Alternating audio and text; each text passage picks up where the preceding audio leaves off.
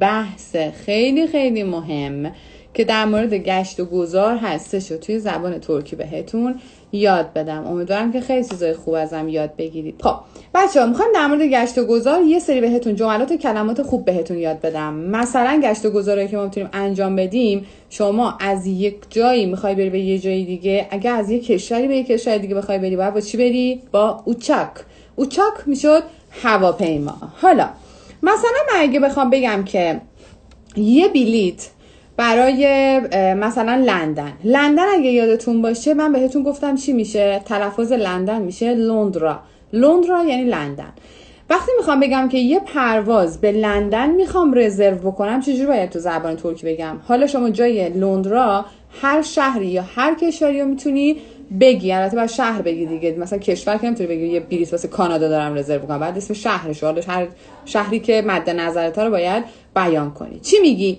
میگی که Londra'ya یعنی به لندن bir bilet ayırtmak istiyorum. فعل ayırtmak بچه درسته که ayırtmak به معنی جدا کردن هستش. هم میتونید فعل ayırtmak استفاده کنید، هم میتونید رزرواسیون استفاده کنید. رزرواسیون هم به معنی همون رزرو کردن هستش. پس اگر خواستید رفتید یه آژانس هواپیمایی خواستید به ترکی بگید که میخوام یه بلیط برای فلان رزرو کنم، این جمله رو به کار میبرید. حالا بچه‌ها، بحث بلیط که شدهش، اولین چیزی که توی بحث بلیط میاد توی ذهنتون اینه که بلیط شما رفت و برگشت بشه. درسته؟ رفت و برگشت توی زبان ترکی چی میشه؟ رفت و برگشت، رفت میشه گیدیش و برگشت میشه دونوش. گیدیش دونوش بلیتی istiyorum، یعنی بلیط رفت و برگشت میخوام. یه موقعی هستش که بلیتی که شما داری میگیری بلیط مثلا بلیط نرماله، یا چی میگیم؟ بلیط اقتصادی. به اونا چی میگیم؟ به اونا توی زبان ترکی میگیم اکونومیک درجه. اکونومیک درجه یعنی همون درجه اقتصادی، بلیطی که درجه اقتصادی هستش، یا حتی توریستیک هم بهش میگن، اکونومیک درجه یا توریستیک. خب حالا یه موقعی هست که شما نمیخواید بلیتتون رو اکونومیک بگیرید، میخواید بلیت درجه 1 بگیرید. درجه 1 اگه بخواید بلیتتو بگیرید توی زبان ترکی بهش میگیم birinci sınıf. birinci sınıf یعنی درجه 1. birinci sınıfı bilet istiyorum یعنی یه بلیت درجه 1 میخوام. حالا من رفتم تو یه آژانس هواپیمایی، به هم یه بلیتیو میگه، یه قیمتی رو به هم میگه. فرض مثال میگه 5000 TL یا میگه 3000 دلار.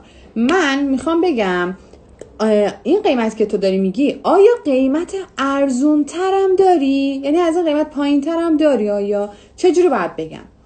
بچه ها یه موقع یکی از بچه ها از من پرسیده بود که اون آجابایی که اول جمله میاد برای چیه؟ اون آجابا میشه گفت که به معنی همون آیا خودمونه. مثلا من میگم که آجابا daha ucuz کلمه daha اگر یادتون باشه حرف اضافه تر میشد. daha kısa کوتاه‌تر، daha ucuz ارزونتر، daha pahalı گرونتر. پس کلمه اضافه daha میشه تر. پس الان ما یاد گرفتیم که وقتی میخوایم چه تو مبحث بلیط چه تو مبحث هر چیزی که خریدیم، اگر بخوایم بگیم که آیا قیمت ارزون ترش هم هست، این جمله رو به کار ببریم.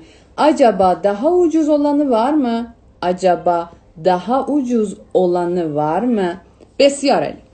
حالا من یه موقعی هست که نمیدونم این پروازه برای کجاه. میخوام بگم که فرض مثلا من یه شهر خیالی میگم، مثلا فرض مثال آنکارا.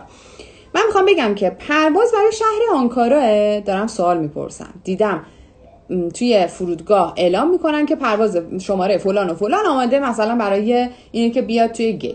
من میخوام بگم که پرواز برای شهر آنکارا چجوری میگم آنکارa'ya uçak seferi var mı؟ آنکارa'ya uçak seferi var mı؟ یعنی آیا پرواز برای شهر آنکارا هستش؟ آنکارa'ya، به آنکارا، این حروف اضافه رو لطفا یاد بگیرید.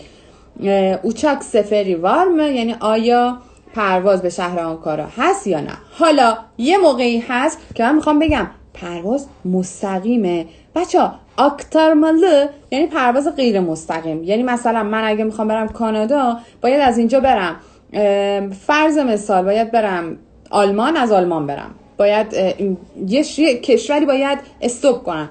پس اگر که پرواز شما مستقیم نبود میشد اکتارماله، و اگر که پرواز شما مستقیم بود میشه دیرکت اوچوش.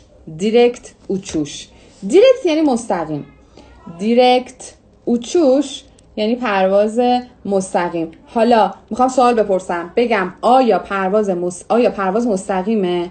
سوال میخوام بپرسم، میگم acaba uçuş direkt mi؟ acaba uçuş direkt mi؟ یعنی آیا پرواز مستقیمه؟ براو.